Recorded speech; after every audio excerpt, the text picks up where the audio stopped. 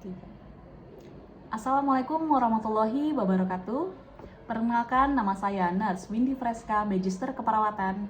Saat ini saya sedang menjalani salah satu syarat unsur pengajaran pada PDD UKT-PT Sertifikasi Pendidik Dosen tahun 2025. Saya berasal dari Fakultas Keperawatan Universitas Andalas. Pendidikan terakhir yang saya jalani adalah S2 Keperawatan Peminatan Keperawatan Jiwa. Jabatan fungsional terakhir saya adalah lektor. Unit kerja saya di bawah Fakultas Keperawatan Universitas Andalas. Saya ini di bawah Departemen Jiwa dan Komunitas atau kita sebut dengan JIKOM. Untuk mata kuliah yang saya ampu itu terdiri dari beberapa. Yang pertama ada keperawatan psikiatri sebanyak 3 SKS, itu terdiri dari 2 teori dan 1 praktikum. Selanjutnya keperawatan kesehatan jiwa dan psikososial sebanyak 3 SKS, terdiri dari 2 teori dan 1 praktikum. Lalu pendidikan dan promosi kesehatan sebanyak 3 SKS, terdiri dari 2 teori dan 1 praktikum. Lalu falsafah dan teori keperawatan sebanyak 3 SKS, itu full dengan teori. Lalu praktek profesi keperawatan jiwa sebanyak 3 SKS. Oke, adapun yang poin-poin yang akan saya sampaikan pada slide saya. Yang pertama itu terdiri dari identitas diri, lalu deskripsi mata kuliah, lalu capaian pembelajaran, materi pembelajaran, lalu ada metode pembelajaran. Kali ini saya akan menjelaskan deskripsi dari mata kuliah Keperawatan Kesehatan Jiwa dan Psikososial. Mata kuliah ini mempelajari tentang konsep-konsep dan prinsip-prinsip serta tren dan isu kesehatan dan keperawatan jiwa. Mata kuliah ini juga membahas tentang klien sebagai sistem yang adaptif dalam rentang respon sehat jiwa sampai gangguan jiwa, psikodinamika, terjadinya masalah kesehatan atau keperawatan jiwa yang umum di Indonesia. Upaya keperawatan dalam pencegahan primer, sekunder, dan tersier terhadap klien dengan masalah psikososial dan spiritual merupakan fokus pada mata kuliah ini, termasuk hubungan terapeutik secara individu dan dalam konteks keluarga. Pengalaman belajar ini akan berguna dalam memberikan pelayanan atau asuhan keperawatan jiwa yang integrasi keperawatan jiwa pada era keperawatan, lainnya dengan pendekatan asuhan keperawatan sebagai dasar pemecahan masalah. Evaluasi belajar mahasiswa dilakukan melalui proses belajar atau soft skill dan pencapaian kompetensi. Selanjutnya, saya akan menjelaskan tentang capaian pembelajaran lulusan atau CPL. Pada mata kuliah ini terdiri dari 6 CPL. Yang pertama itu adalah CPL 3, itu melihat mampu mengaplikasi ilmu pengetahuan dan teknologi keperawatan dengan memperhatikan nilai humaniora berdasarkan kaidah, tata cara, dan etika ilmiah dalam pemberian asuhan keperawatan. Yang dinilai pada CPL kali ini adalah aspek sikap, pengetahuan, dan keterampilan umum. Untuk capaian pembelajaran selanjutnya itu CPL 1, yaitu bertakwa kepada Tuhan Yang Maha Esa, menjunjung tinggi nilai kemanusiaan, profesional, etika, hukum, moral, dan budaya dalam keperawatan. Yang dinilai di sini adalah aspek dari sikap. Untuk CPL 2, yaitu mampu menjalankan pekerjaan profesinya berdasarkan pemikiran logis, kritis, sistematis, dan kreatif, inovatif, serta bekerja sama dan memiliki kepekaan sosial serta bertanggung jawab serta secara ilmiah kepada masyarakat, profesi, klien. Yang dinilai pada kali ini adalah aspek pengetahuan dan keterampilan umum. Selanjutnya itu adalah CPL 4, itu menilai mampu melakukan evaluasi asuhan keperawatan sebagai upaya peningkatan kualitas asuhan keperawatan dalam tatanan klinik maupun komunitas. Yang dinilai adalah aspek pengetahuan dan keterampilan khusus. Selanjutnya ada CPL 5, yaitu mampu melaksanakan edukasi dengan keterampilan komunikasi dalam asuhan keperawatan dan informasi ilmiah. Yang dinilai pada kali ini adalah aspek pengetahuan, keterampilan umum, dan keterampilan khusus. Yang terakhir adalah CPL 9, yaitu mampu mengembangkan keahlian profesional melalui pembelajaran seumur hidup. Yang dinilai pada kali ini adalah aspek sikap, pengetahuan, keterampilan umum, dan keterampilan khusus. Pada mata kuliah ini terdiri dari beberapa CPMK, yaitu yang pertama adalah CPMK 1, yaitu mampu menganalisis konseptual model dan keperawatan jiwa. Lalu CPMK 2 ada mampu menganalisis proses terjadinya gangguan jiwa, peran dan fungsi perawat. Pada CPMK 3 mampu menganalisis pelayanan keperawatan jiwa pada situasi bencana. Lalu CPMK 4 mampu menerapkan proses keperawatan jiwa. Lalu CPMK 5 mampu menerapkan prinsip-prinsip legal, etis, dan lintas budaya dalam asuhan keperawatan jiwa. Lalu CPMK 6 mampu mensimulasikan aspek sehat jiwa sepanjang rentang kehidupan. Lalu CPMK 7 mampu mensimulasikan aspek klien dengan masalah psikososial. Lalu terakhir ada CPMK 8 yaitu mampu mensimulasikan asuhan keperawatan klien pada situasi bencana. Selanjutnya kita masuk pada materi pembelajaran pada mata kuliah keperawatan kesehatan jiwa dan psikososial. Yang pertama adalah sejarah keperawatan jiwa dan tren serta isu dalam keperawatan jiwa secara global. Yang kedua, proses terjadinya gangguan jiwa dalam perspektif keperawatan jiwa. Yang ketiga, konsep stres, rentang sehat sakit jiwa dan coping. Selanjutnya ada konseptual model dalam keperawatan jiwa, dilihat dari preferensi primer, sekunder, dan tersier. Selanjutnya ada peran perawat jiwa. Selanjutnya ada pelayanan dan kolaborasi interdisiplin dalam kesehatan dan keperawatan jiwa. Yang poin ketujuh, proses keperawatan jiwa. Selanjutnya, sosiokultural dalam konteks asuhan keperawatan jiwa. Lalu legal dan etik dalam konteks asuhan keperawatan jiwa. Lalu aspek sehat jiwa sepanjang rentang kehidupan mulai dari ibu hamil, bayi, toddler, preschool, usia sekolah, remaja, dewasa, dan lansia. Selanjutnya, masalah kesehatan jiwa itu melihat depresi, anxiety, Alzheimer, dan lainnya dari aspek medis. Lalu ada asuhan keperawatan klien dengan gangguan kecemasan, ketidakberdayaan, keputusasaan, dan distres spiritual. Lalu terakhir adalah pelayanan keperawatan jiwa pada situasi krisis dan bencana. Adapun metode pembelajaran yang kita pakai pada mata kuliah ini, yang pertama adalah kuliah ceramah untuk pemberian teori, lalu diskusi dan presentasi kelompok, lalu ada role play dalam praktikum, dan case study juga dalam metode praktikum. Bismillahirrahmanirrahim. Assalamualaikum warahmatullahi wabarakatuh. Waalaikumsalam warahmatullahi wabarakatuh. Oke. Selamat siang teman-teman mahasiswa semua. Kita bertemu lagi dalam kelas praktikum pada mata kuliah keperawatan kesehatan jiwa dan psikososial. Pada kesempatan kali ini kita akan diskusi atau praktikum terkait topik kita selanjutnya itu tentang perkembangan sehat jiwa pada remaja. Sebelumnya teman-teman ini harusnya sudah dapat materi ini di perkuliahan ya. Jadi kita akan coba nanti meroleplaykan seperti apa sih caranya itu berkomunikasi atau memberikan asuhan keperawatan sehat jiwa pada usia remaja, gitu ya. Mungkin saya boleh review sedikit. Ini teman-teman mungkin sudah tahu ya, untuk definisi secara konsepnya teman-teman sudah belajar semua di kelas ya harusnya ya. Mungkin ini topik-topik yang akan coba nanti teman-teman sampaikan ketika nanti datang kepada pasien dengan usia remaja. Nah, yang pertama itu tadi kita balik aja ke ini ya. Jadi nanti ketika teman-teman ditargetkan pada pasien usia anak remaja, kalau teman-teman bingung sebenarnya kita ngapain sih datang ke pasien sehat gitu ya, masyarakat gitu ya itu nggak begitu paham atau memahami sebenarnya kondisi yang sehat jiwa itu seperti apa sih gitu ya. Itu yang mau jadi edukasi yang kita sampaikan nanti kepada keluarga atau remaja di dalam rumah gitu ya. Nah, yang pertama mungkin definisi dulu, keluarga paham nggak nih siapa sih yang dikatakan usia remaja. Jadi kalau menurut sumbernya, usia remaja adalah peralihan diri anak menuju dewasa mulai dari 12 hingga 18 tahun gitu ya. Ini menurut WHO. Itu yang akan kita kenalkan pertama, lalu nanti kita masuk pada apa aja sih karakteristik normal usia remaja. Sebelum kita masuk pada topik tentang apa aja itu karakteristik normal remaja, di sini saya pengen tahu dulu teman-teman nih paham nggak atau mengetahui nggak kira-kira as teenager nih atau remaja gitu ya, menurut teman-teman hal normal apa sih yang ada dalam diri teman-teman sebagai remaja? Harusnya teman-teman tuh punya karakter apa sih di dalam diri teman-teman sebagai remaja? Iya, silakan Rizka. Oh baik, sebelumnya terima kasih kepada Ibu dan teman-teman. Perkenalkan nama saya Rizka Ananta. Di sini saya akan mengemukakan pendapat saya tentang apa saja karakteristik normal pada remaja. Menurut saya karakteristik normal pada remaja itu seperti dia mempunyai kelebihan dan kekurangannya pada dirinya sendiri.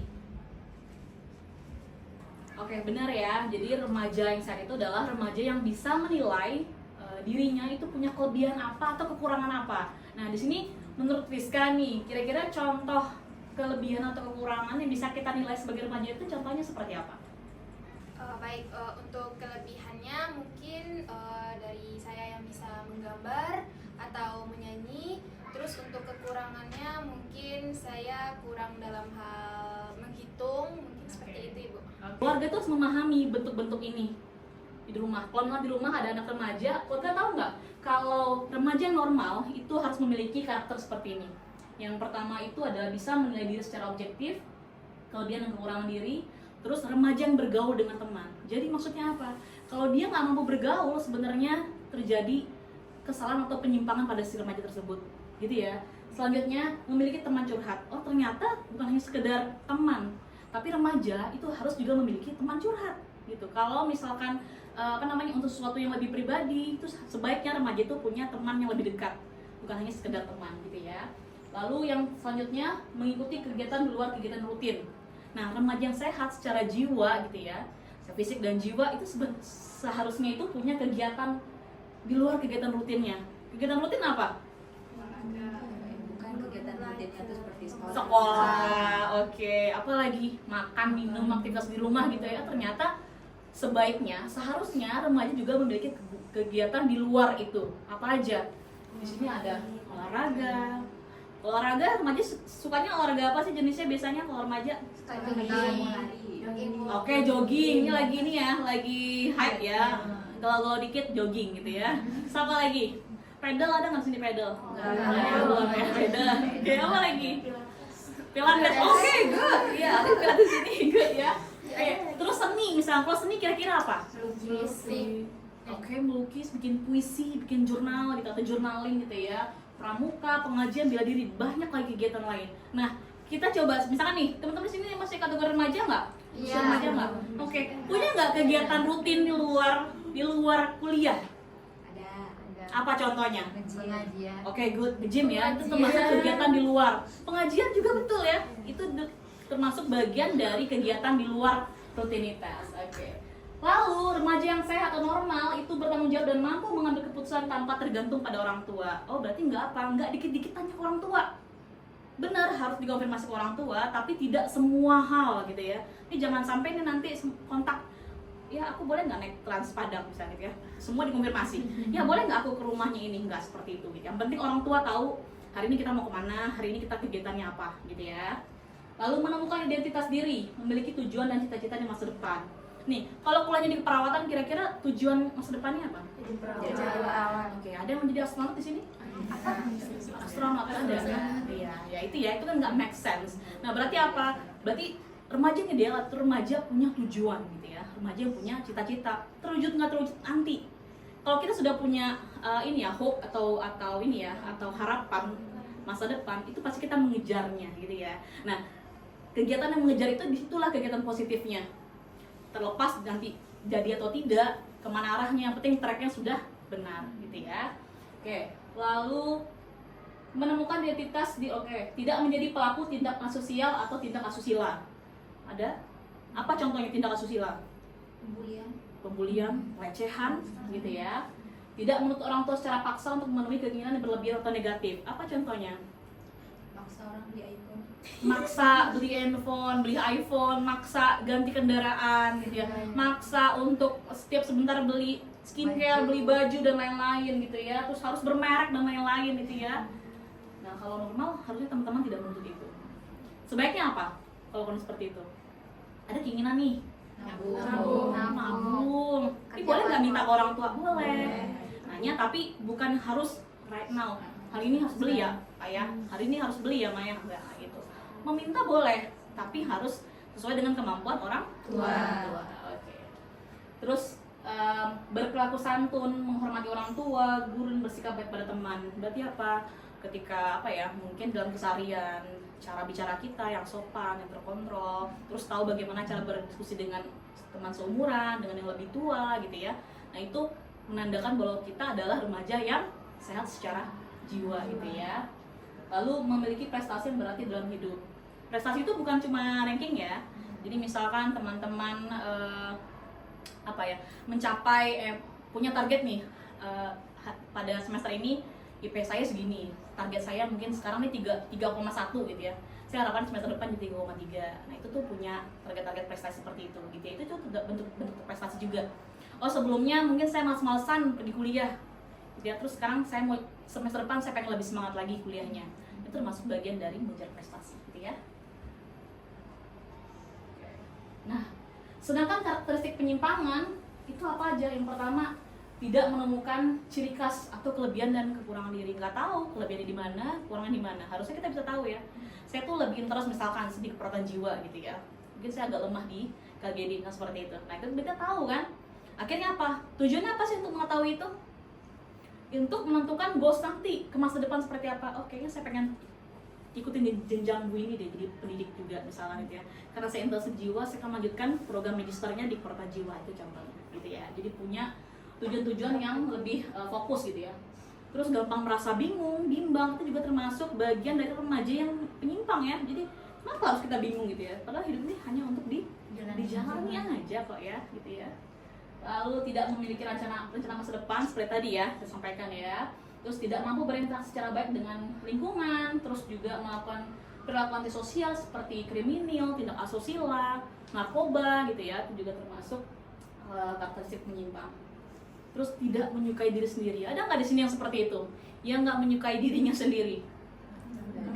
Aduh, Bu, saya benci deh sama jahat yang banyak dan menonjol-menonjol ini, misalnya seperti itu ya. Nah, itu boleh, tapi kalau misalkan teman-teman berlarut, akhirnya apa? Tertekan, terus tidak mau berinteraksi, tidak mau bersosialisasi, terus akhirnya terganggu aktivitasnya, itu yang menjadikan teman-teman jadi ini yang negatif ya, jadinya nanti terjadilah perilaku menyimpang.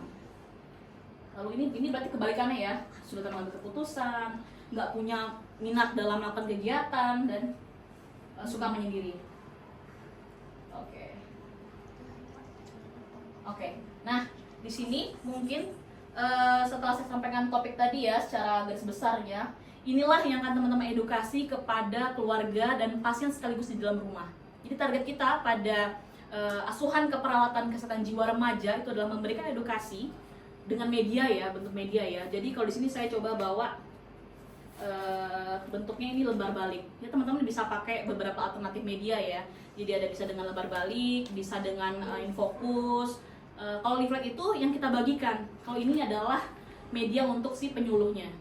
Jadi kita datang ke pasien sebagai provider itu untuk menjelaskan edukasi terkait tadi topik-topik tadi gitu ya. Untuk teman-teman ketahui juga bahwa target pada pasien dengan usia remaja adalah target utamanya adalah menstimulus si remaja itu sendiri gitu ya. Biar dia memahami bahwa tadi kondisi-kondisi yang tadi apa sih yang dimaksud dengan keterangan yang karakteristik yang normal, karakteristik yang menyimpang gitu ya. Nah, itu yang perlu dipahami. Oke. Sekarang saya akan mencoba memperagakan ya atau meroleplaykan bagaimana caranya bentuk komunikasi yang kita berikan kepada pasien pada usia remaja, ya berarti dengan asuhan keperawatan sehat jiwa pada remaja ya. Teman-teman boleh simak nanti yang akan saya sampaikan, nanti kita minta untuk teman-teman untuk mendemonstrasikan ulang, gitu ya. Oke. Pada kesempatan sekarang ini saya akan coba menjelaskan dan menggambarkan kepada teman-teman apa bentuk role play yang kita lakukan kepada keluarga pasien. Berarti target kita pada hari ini adalah pada remaja ya. Jadi di sini kondisinya saya datang sebagai perawat komunitas atau perawat jiwa yang datang ke rumah pasien. Kita akan mendatangi dia, pasiennya itu dia didampingi oleh keluarganya. Nah kita anggap ibu siapa namanya? Ica. Ibu Ica adalah ibu dari remajanya. Remajanya? Khalida. Siapa? Khalida. Panggilannya? Al. Oke, Al. Remajanya Al dan Ibu Ica gitu ya. Nah, di sini saya sudah menyiapkan satu buah media itu lembar balik, lalu satu lagi itu adalah leaflet untuk kita bagikan kepada keluarga pasien atau pasiennya gitu ya. Untuk pertinggalan nanti dibaca-baca ketika perawatnya sudah pulang. Oke. Teman-teman yang lain tolong disimak ya. Assalamualaikum warahmatullahi wabarakatuh. Waalaikumsalam. Oke, baik. Perkenalkan Ibu dan Ade, nama saya Windy Freska, saya dari Fakultas Keperawatan. Saya audit tuanya.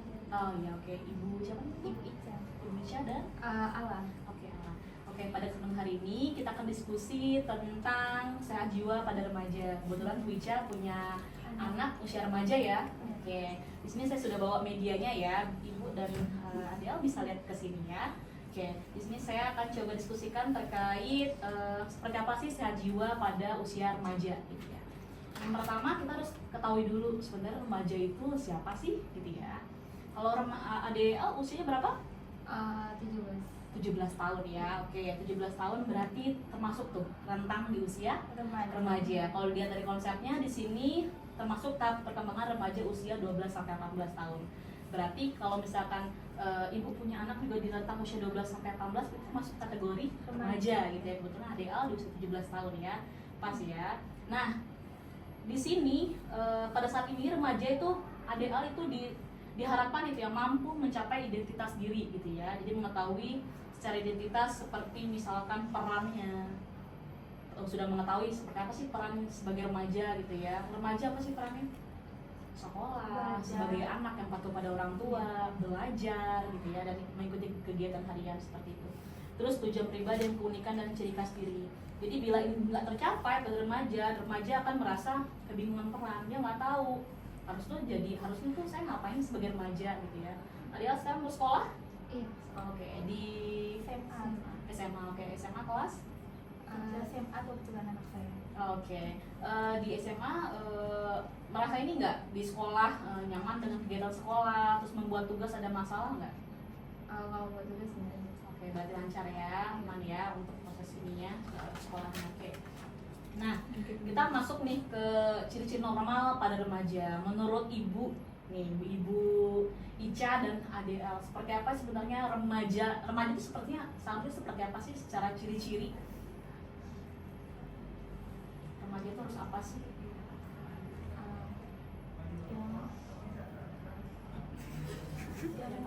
Rajin mengikuti kegiatan di luar rumah. Oke, nah ADL punya kegiatan di luar rumah nggak?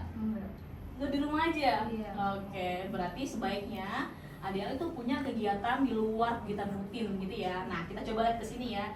Ada beberapa poin di sini yang kita kategorikan sebagai ciri-ciri normal usia remaja. Yang pertama itu ADL itu mampu menilai diri secara objektif. Maksudnya apa? ADL tahu, saya ini kelebihannya di sini, saya ini kekurangannya ini. Contoh kelebihan kira-kira apa? Kelebihan bisa gambar anak saya. Tuh, bisa menggambar, bagus sekali ya. Berarti ibu mengetahui nih aspek positif yang dimiliki oleh anak. ADL merasakan nggak kalau misalnya ADL tuh punya kelebihan loh di dalam seni atau menggambar? Biasa aja. Oke, nah itu mungkin boleh nanti ini lagi ya Bu ya, dicoba digali lagi dan digali lagi. Lalu bergaul dengan teman. ADL punya teman nggak? Punya. Punya, oke. Banyak? Enggak. 2 orang? Satu. 1 orang, oke. Memang harusnya itu ditambah temennya ya, jadi sebaiknya. Anaknya pendiam juga. Oke, nggak apa-apa pendiam, tapi sosialisasi berinteraksi dengan orang itu harus dibangun gitu ya. Jadi harapannya tidak hanya bergaul dengan 1 atau 2 orang. Lalu memiliki teman curhat. Yang satu itu jadi teman curhat nggak? Oke, jadi teman curhat ya. Lalu tadi yang ibu sampaikan tadi ya, bahwa mestinya itu punya kegiatan rutin di luar sekolah. Ya, harapannya ADL punya kegiatan, coba dicari kira-kira senangnya kemana, interestnya kemana. Misalkan suka renang, apa mau coba les renang? Suka nyanyi, di les nyanyi boleh, les piano, drum band, ada semua fasilitas itu kayaknya di Kota Padang ya, kecuali yang tidak ada di sini mungkin agak sulit gitu ya. Lalu bertanggung jawab dan mampu mengambil keputusan tanpa bergantung pada orang tua. Kira-kira semuanya ditanyakan ke orang tua atau bisa nggak?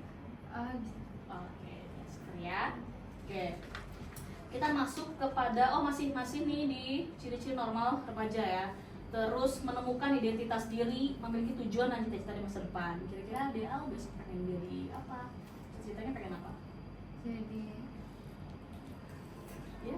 jadi perawat katanya. Oh iya, ibu yang pengen anaknya jadi perawat atau anaknya? Ibu. Oh ibunya. Kalau Alnya pengennya jadi apa? Jadi akuntan.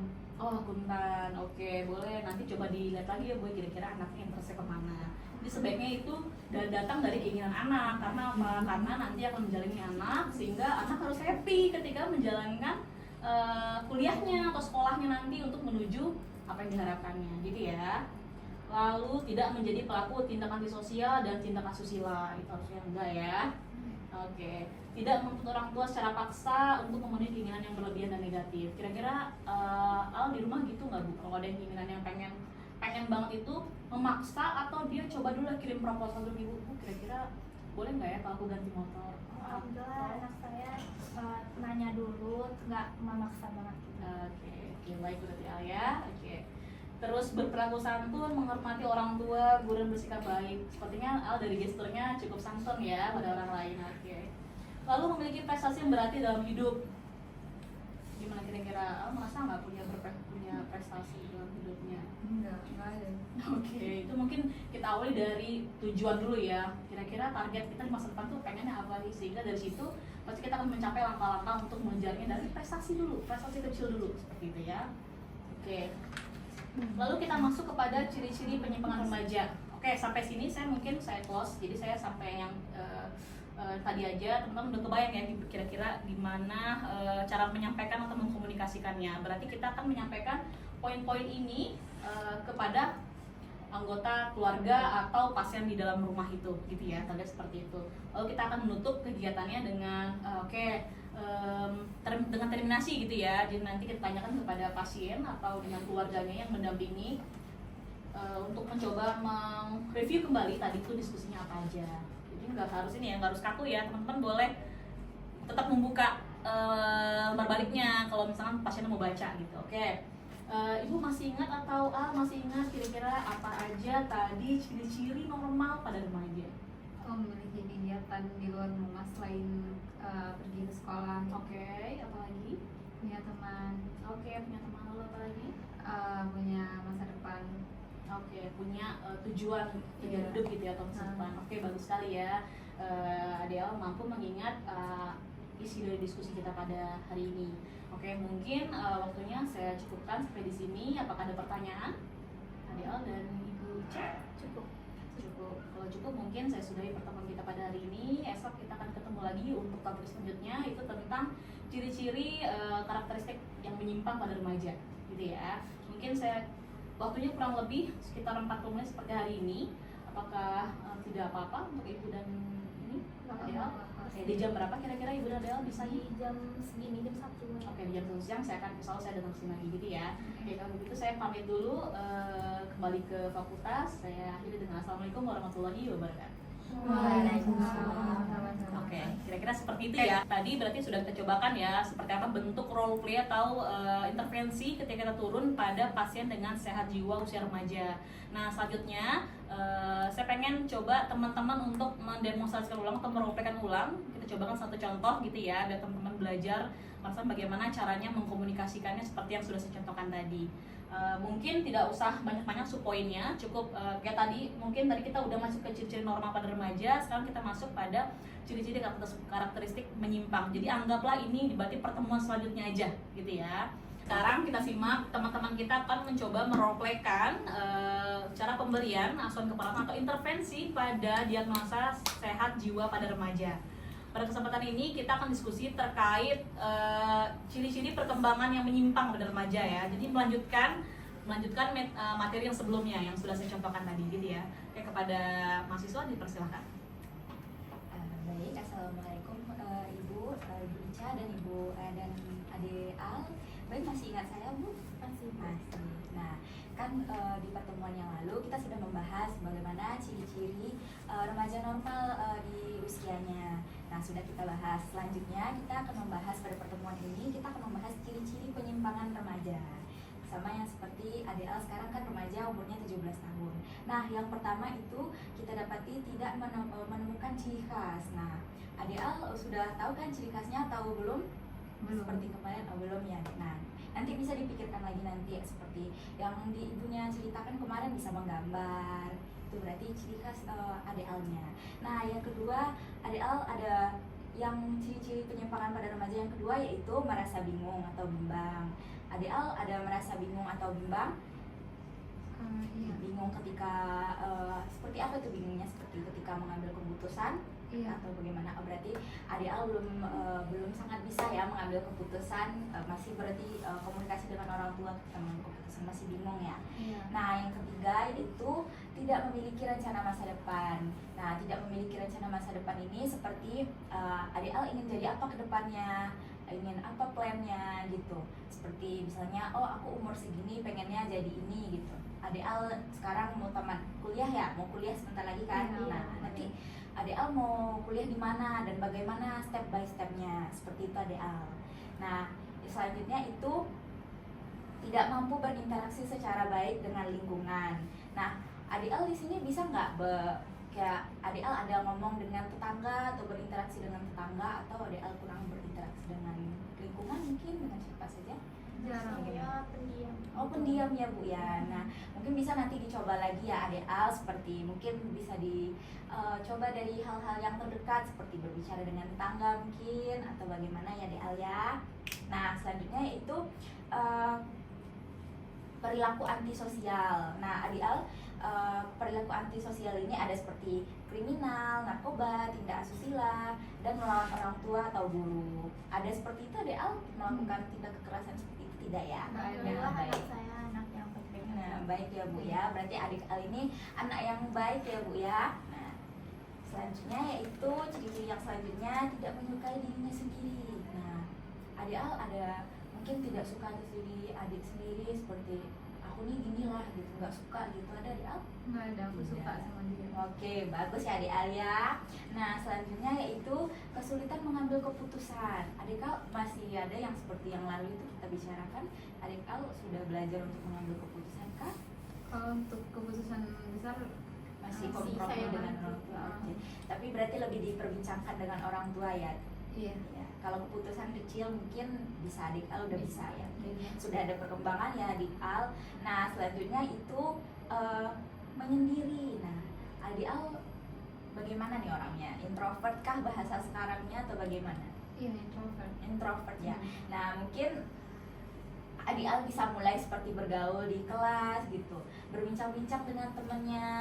Ya baik Adik Al, sudah paham Adik Al? Paham. Nah, nanti bisa ditingkatkan lagi yang kita bicarakan tadi seperti bergaul dan berkomunikasi dengan lingkungannya Adik Al, seperti tetangga.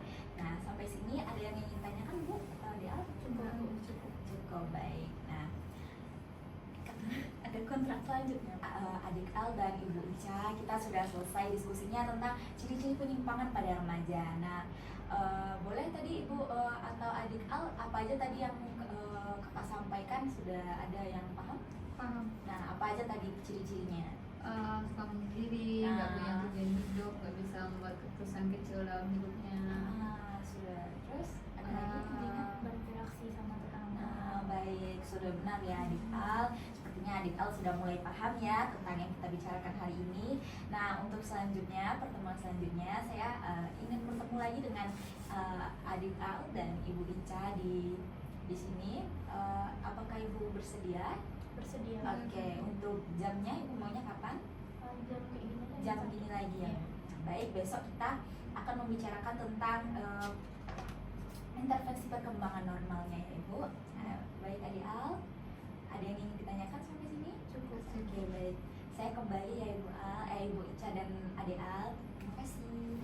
Oke, tadi sudah teman coba siapa tadi di sini? Siapa namanya? Ara ya Bu. Ara, Al, dan Ica sudah coba mempraktekkan ya. Kita boleh applause dulu untuk kurang lebih demikian ya cara menyampaikannya. Yang penting teman-teman harus tetap kembali kepada struktur dari komunikasi ya. Berarti ada apa aja di komunikasi? Ada orientasi, ada fase kerja, dan terminasi. Berarti bentuk komunikasinya akan selalu seperti itu. Mau nanti kita pendekatannya pada usia toddler, pada usia dewasa, struktur komunikasi akan tetap. Yang membedakan hanya isi dari fase kerjanya. Kalau remaja tentu isi fase kerjanya berarti tadi topik-topik tentang usia remaja gitu ya. Nanti kalau misalkan ganti kita usianya, nah hanya itu yang diganti. Tapi pada hakikatnya struktur komunikasinya tetap sama, mulai dari orientasi, fase kerja sampai terminasi. Oke, ada pertanyaan sampai di sini terkait praktikum kita tentang sehat jiwa pada remaja? Cukup ya. Saya harap semuanya bisa memahami dan bisa coba nanti mengaplikasikannya sehingga nanti ketika turun di profesi atau nanti di lapangan kerja teman-teman bisa lebih siap gitu ya mendampingi pasiennya atau kelolaannya gitu. Mungkin saya cukupkan pertemuan kita pada hari ini. Salah dan jangan saya minta maaf. Saya akhiri dengan Assalamualaikum warahmatullahi wabarakatuh. Waalaikumsalam warahmatullahi wabarakatuh.